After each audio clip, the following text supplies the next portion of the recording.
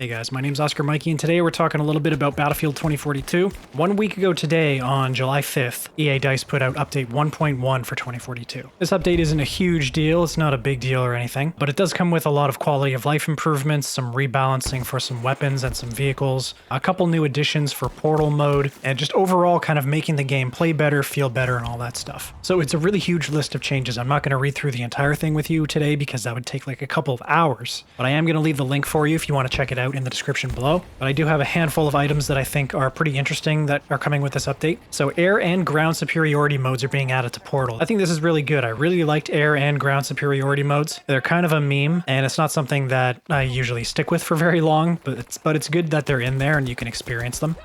They added extra small layouts of Battle of the Bulge, El Alamein, Kaleidoscope, and Manifest. So those will be good for more infantry-focused gameplay, some team deathmatch or whatever. This next one is kind of interesting. They said they weren't going to be focusing on Hazard Zone anymore, but they did bring in some improvements to the game mode. So these are just minor things like cooldowns and spawn rates and that kind of thing. But if they hold to their promise that they're going to be focusing on the main game from now on, I don't expect we'll see very many more improvements to Hazard Zone from here on out.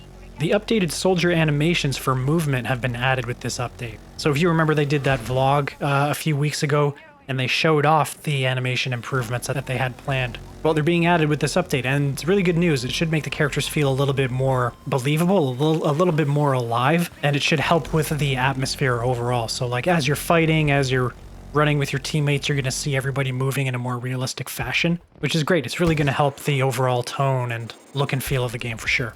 Sundance's grenades have been bumped down to, her special grenades have been bumped down to 1 instead of 2. No doubt a lot of you are going to be a little bit upset by this, but I think it's a good change. I think it's good for taking away some of the spammy nature of Sundance's grenades. Definitely at choke points, like around the C flag on exposure, those hallways, man, those cluster grenades do a lot of damage in those hallways, and they're just constantly being spammed. And the anti-armor grenades are pretty annoying too, I don't mind saying. And one more change I thought was pretty noteworthy. I know how a lot of you like the Nightbirds. The Nightbirds are really powerful vehicles. Their 70mm rockets fire slower now, and they take a longer time to reload or recharge. So a little bit of a nerf there. There are dozens more improvements coming with this update. Again, I'm going to have the link to their blog page in the description below for this video, so go check it out. And just on a little side note, I've been playing with the Val.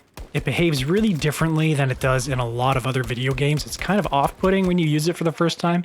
Even in Battlefield 4, it was classified as a PDW or an SMG, I think. But here it's in the Marksman class, next to like the DM7, which is kind of weird. It's a select fire weapon. It has full auto and semi-auto, but the full auto fire is really slow. You can be just as quick with it if you're tap firing on semi. It's a really strange weapon in 2042, really bizarre. I'm used to running this thing in like a high fire rate kind of assault or SMG type role, but it's really powerful. It takes people out super quick, and I'm still enjoying it regardless. It plays great on Exposure, which is pretty much the only map I've been playing recently. It's definitely the best map for the game so far, and I can't wait for more content to come to this game. I think that is the biggest factor for 2042. That's the biggest thing that they have to nail down right now. They need more content in this game to make the player base happy and perhaps win some people back. But anyway, thank you so much for watching, guys. I want to give a big shout out to all my recent subscribers. Thank you so much for watching my videos. We're almost at 100 subs. Thank you so much for getting us there, guys. I really appreciate you. Keep watching, keep liking, and keep sharing. Thanks again, and I'll talk to you in the next video.